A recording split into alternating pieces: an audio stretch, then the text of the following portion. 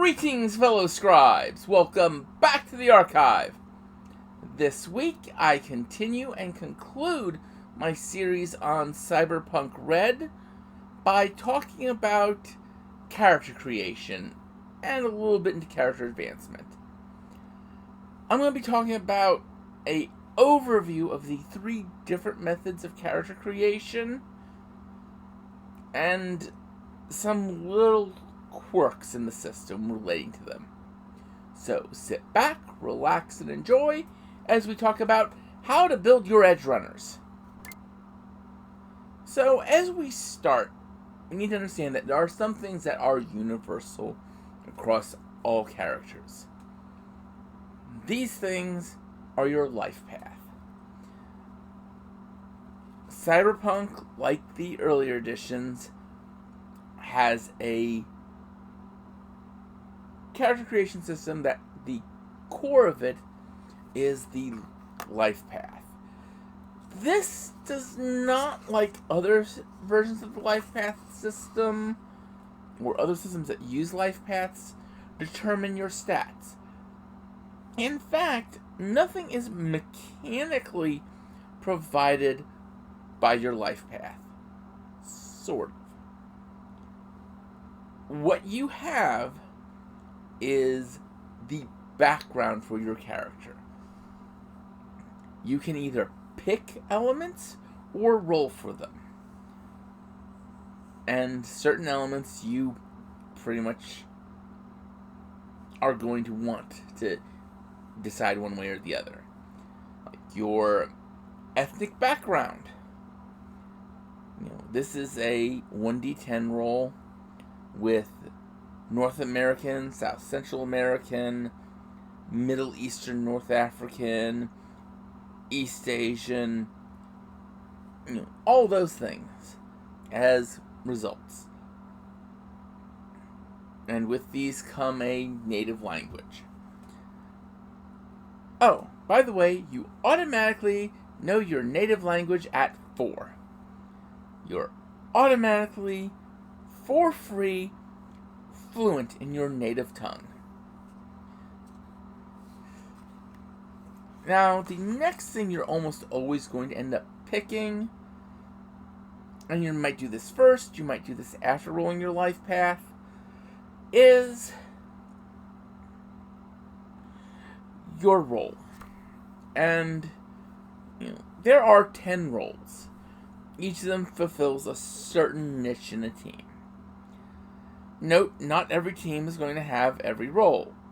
Because, well, you're looking at getting 11 people working together. The GM and 10 players. And, well, let's face it. Getting a party of 3 to 5 people to work together isn't always easy, either. But each role does something specific. Example, Rocker Boys.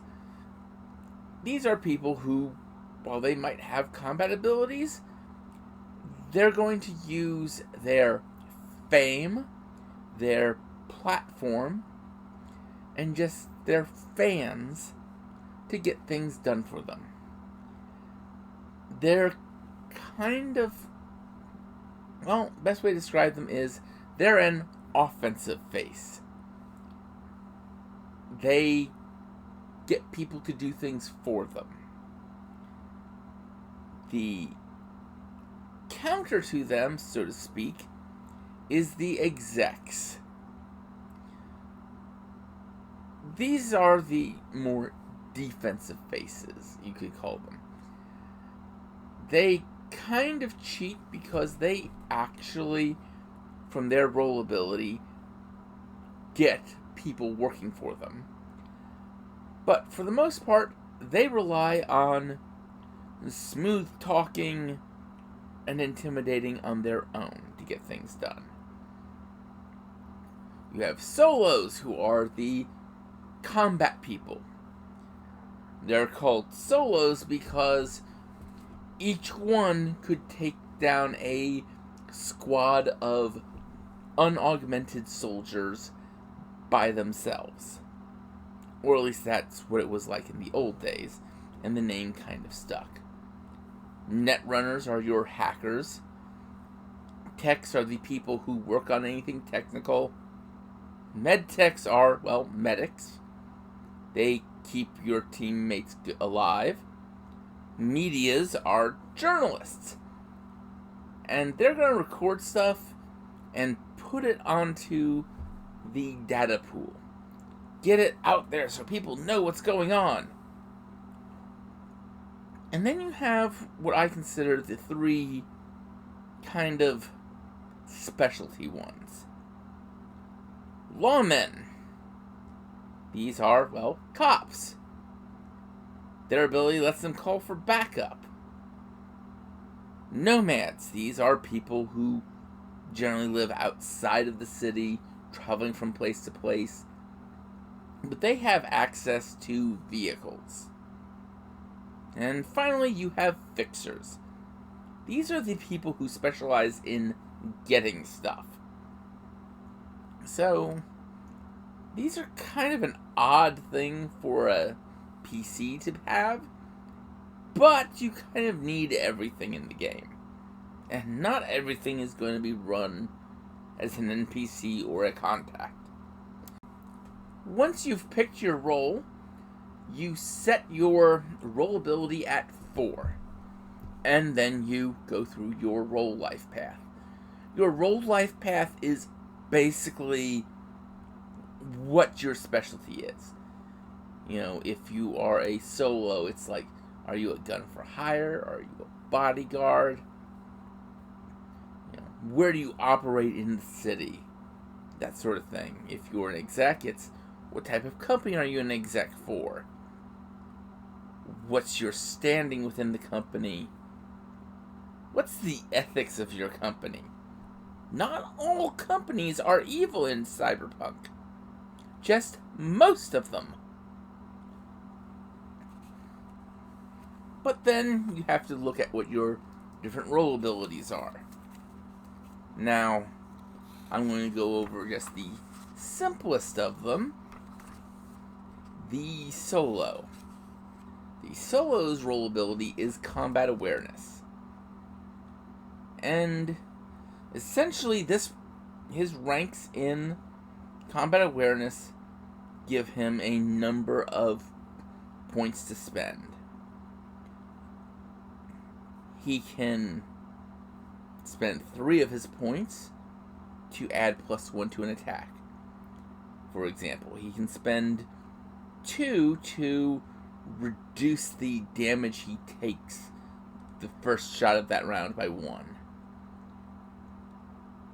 If he fumbles, i.e. rolls critical failure while attacking, he can spend 4 points, and while the roll is still counted as a 1, it doesn't cause a critical failure. He can spot a weakness for a point, giving him +1 to his damage before armor on targeting something. And he can spend points to add 1 to his perception checks to, well, spot an ambush. And that's a simple one, the Solo. A lot of the role abilities get a lot more complex. The exec actually has different effects, like giving them housing, clothing, assistance as they go up in ranks in their team ability. And the big thing to remember is everyone starts off at role ability 4. This represents the years that they have spent on the street. You can't actually start off with multiple role abilities, and at least at start, you can pick them up. You have to buy the new rank in them, and you have to be at least rank 4 in your previous role. So, let's say you start off as a solo, and then you decide you're going to pick up a rank in Nomad, because somehow you get in with one of the Nomad tribes. Okay, and let's say after picking that rank of Nomad, you also want to pick up Tech. Well, you can't yet. You'll have to advance through 4 ranks of Nomad before you can pick up Tech. However, you are still able to advance in solo. However, people on the street are going to see you as a young nomad, still learning the ropes, not as a solo, which can be useful if people don't think of you as being a combat monster. But again, that's a basic element. And from there, you've determined at this point where you're from, your personality, your dress and personal style, what happened to your family, do you have any friends, do you have any enemies, what you value most, where you came from, if you had any tragic love affairs, because Jumba, there aren't any other kind of love affairs. Like, no, seriously. It's actually in the rules. When you're rolling to your life path, it's always a tragic love affair. And then, from there, you get to actually doing the nuts and bolts of building your character. And here's where it gets interesting. Here's where you get into there are 3 types of character creation. You have what they call Streetrats. You have Edgerunner building. And then you have the complete package. Streetrat is the simplest. Alright, what's your roll? Roll a d10. What you roll, you then consult the chart for your roll, and then that, just straight across that chart, is your statistics, your ability scores. Alright, what's your roll? Here's your skill list. These are the skills, these are the ranks of them. Now, what's your roll? Here's your equipment. This is a standard equipment package, perfectly legal. And oh yeah, you've got 500 euro bucks to spend for customizing that. It's extremely simple, extremely straightforward. You could argue that there's not much choice in it, but if you're dealing with people who are new to Cyberpunk, it's a good way to handle it with them making sure that they have all the skills they absolutely need. Now, the next option are Edgerunners. Edgerunners work slightly differently. First, you are still working on your roll, based on your roll. You roll for each stat down the line for your Edgerunner build. So, where a tech for a Streetrat would roll 1d10 and go by, I rolled a 7, and that means I have an intelligence of 8, reflexes of 6, dex 7, etc., etc. A Edgerunner would roll, alright, I've got a 7, that means I have an intelligence of 8. I rolled a 5. That means I have a reflexes of 6. I rolled a 1. I have a dexterity of 7, etc., down the line. And that's how their stats would be built. For their skills, they're given a list of skills. A very specific list of skills based on their specialty. And they're given 82 points to spend between them. And these 20 skills, they pretty much have to have them all at a minimum of 2, and then everything above that is fair game.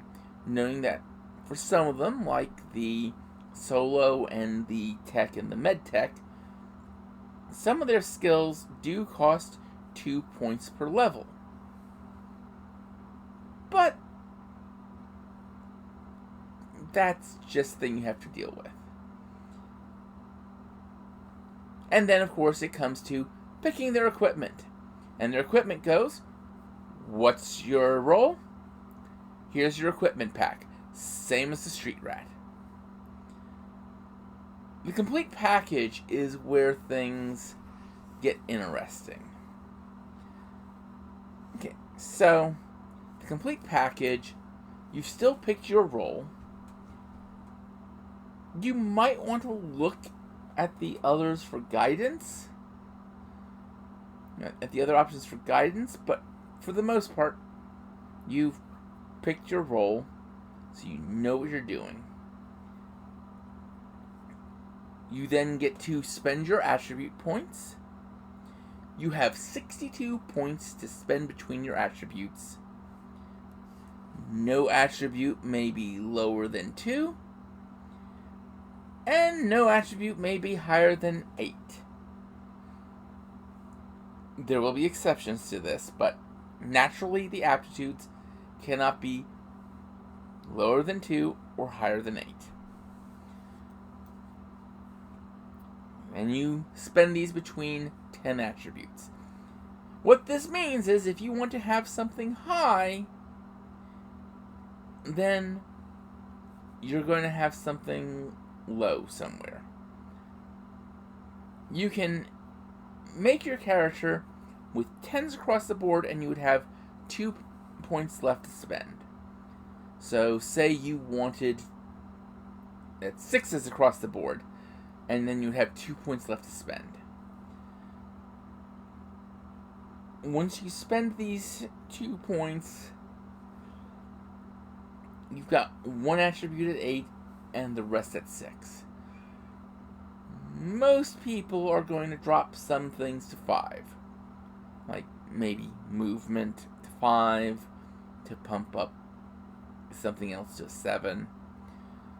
Maybe your character's not that brawny, so you're going to reduce body to 5. That sort of thing. Though, one thing to remember is you can get cyberware.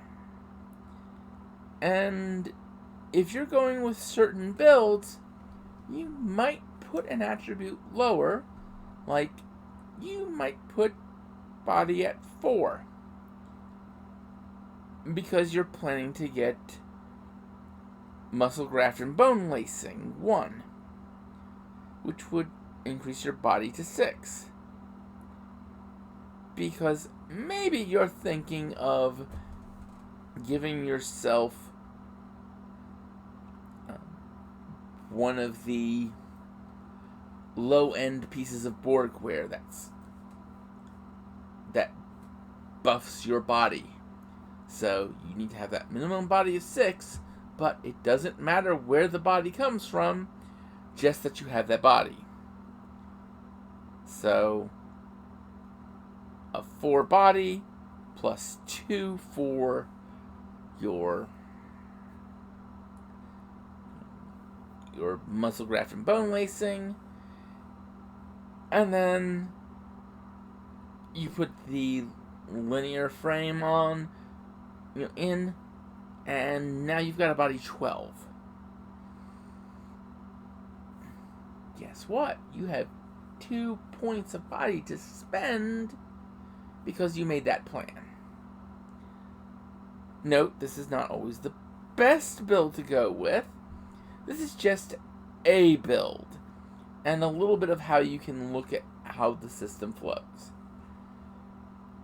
I will say this, if you're building a combat character, you want reflexes at 8, just so you can dodge bullets.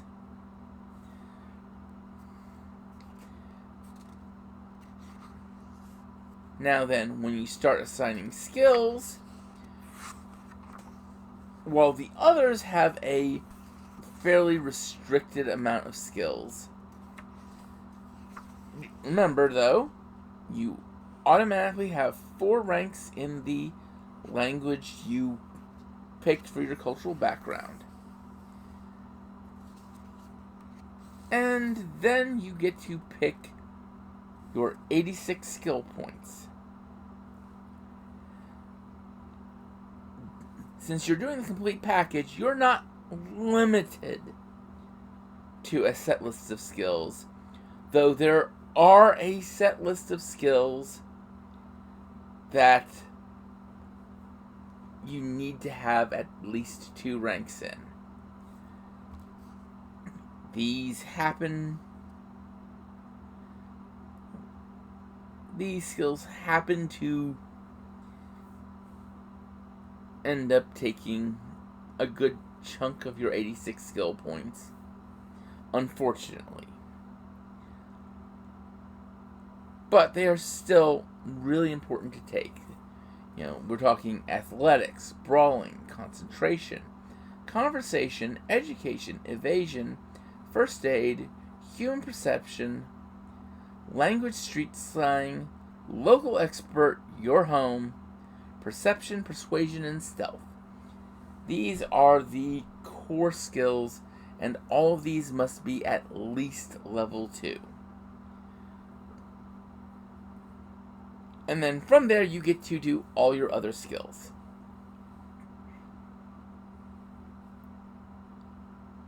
Understand that these do kind of require you to specialize starting out. And then, after you have picked your skills, you get to do all the finishing touches. Full package, you have 2,550 Eurobucks to spend for gear, weapons, and wear. You have 800 Eurobucks to spend for fashion and fashion wear only. Once you've done that, we come into the last little finishing touch. What is your lifestyle? Well, yeah, your lifestyle is kind of the last little bit, but it kind of fits for everyone the same. Alright. You start off, unless you're an exec, in a rented cargo container with a kibble lifestyle. Kibble is like the lowest of the food types available.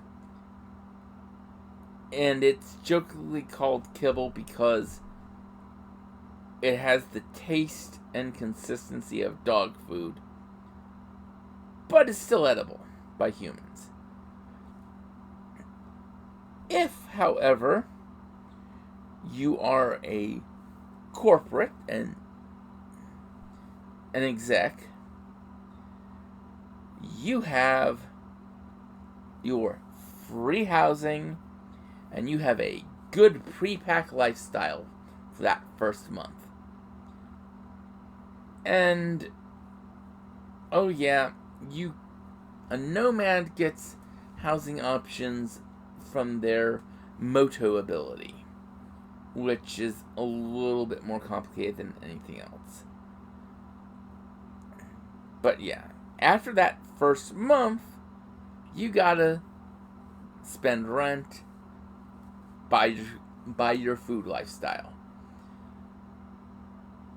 Now, some things to think about are, if you are building a solo in the complete package, you kind of want to pump your empathy high, because this means you can pump more wear into yourself at start without going cyber psycho.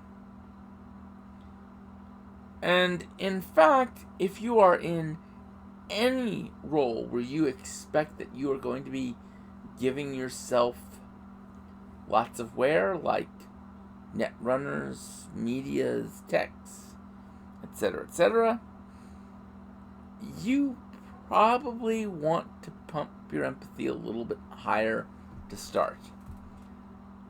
Honestly, of all the attributes, empathy and luck are kind of important to have high, with reflexes being a high one for combat characters, just because it lets you dodge bullets, literally. Now, from here, we get into character advancement. And their character advancement system is really kind of cool. Here's what makes it cool. First off, you kind of have to fit into one of 4 roles: warrior, socializer, explorer, or role player.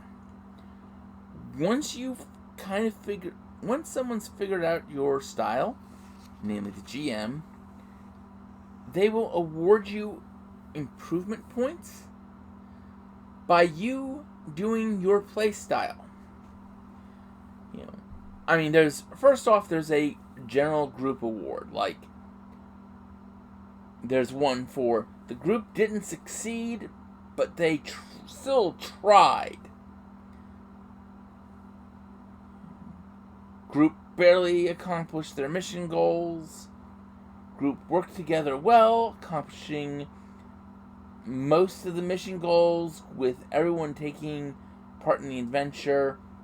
Group accomplished most of the mission goals, showing strong cooperative skills, with all the way up to the most important summary. Group's mission was legendary, accomplishing all the mission goals set forth and also all side goals of the mission. Group also showed exceptional cooperation and teamwork. Note that, yes, this means even if you accomplish everything,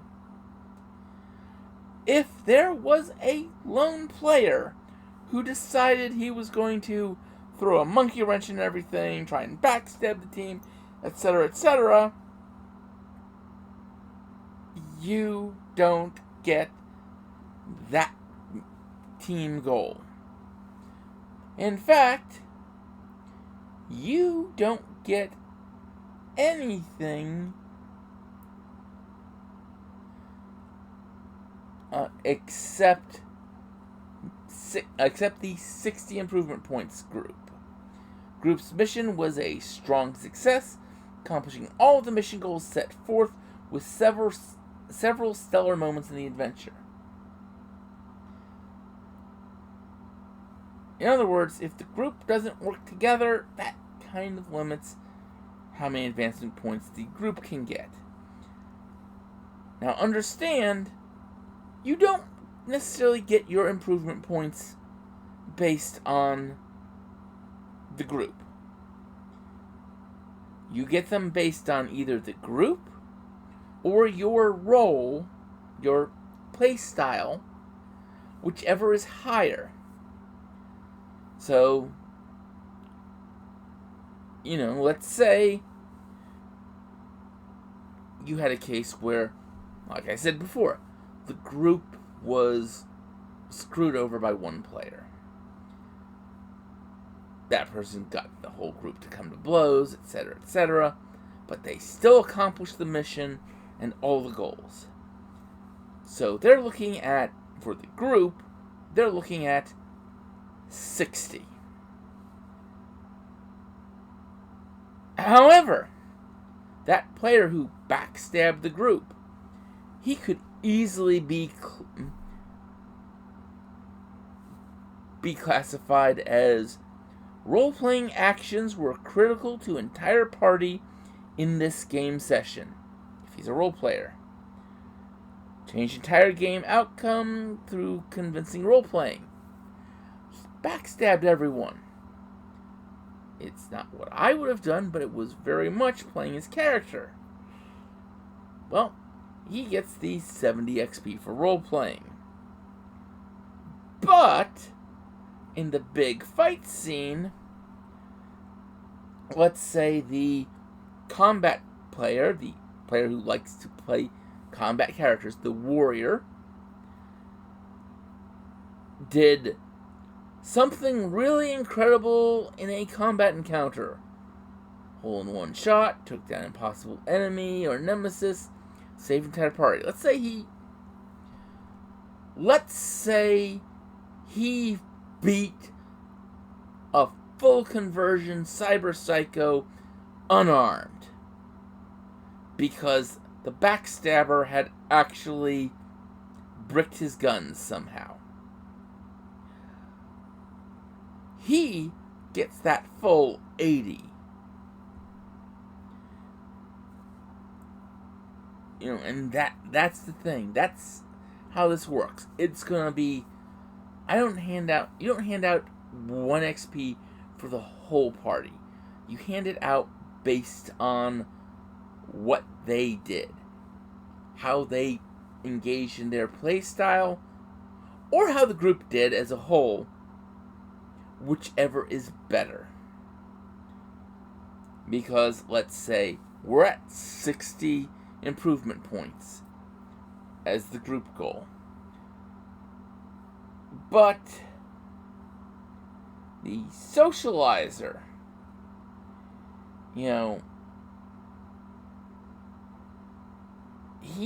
didn't really get to do much. This job didn't really involve much fast talking or such. So he more got supportive actions were helpful in maintaining player party unity and cohesion. But he didn't do anything higher. Like, he didn't use supportive or helpful activities in maintaining the player party unity or anything above that. So he's only getting a 20 improvement points for his role. But because of the group success, he gets 60.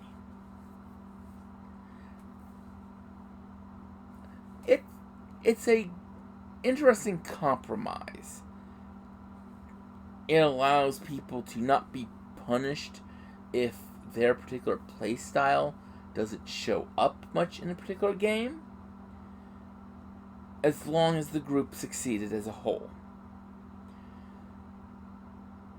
Now, another thing is, you have to eventually use improvement points to improve your skills and your role abilities. There's actually an easy formula. Typical skills, normal, easy skills are the level of a skill times 20. The difficult skills, the ones that have a times 2 modifier, things like auto fire, paramedic, that sort of thing, those are the new rating of the skill times 40. Role abilities are the new rating of the role ability times 60. You cannot improve attributes. you cannot improve your physical statistics. Your body at start is your body forever, unless you get certain cyberware put in and take the requisite humanity loss. Your intelligence at start is your intelligence. Your reflexes at start are your reflexes. These numbers do not change. And this means getting money is as important for character advancement because it is through money that you purchase implants getting shoved into your body to let you upgrade your statistics. And with that said, that concludes this series on Cyberpunk Red. Next week, I will be finding another topic. Have not quite decided what I'm going to talk about yet. But until then, I'd like you all to remember to have fun and keep gaming.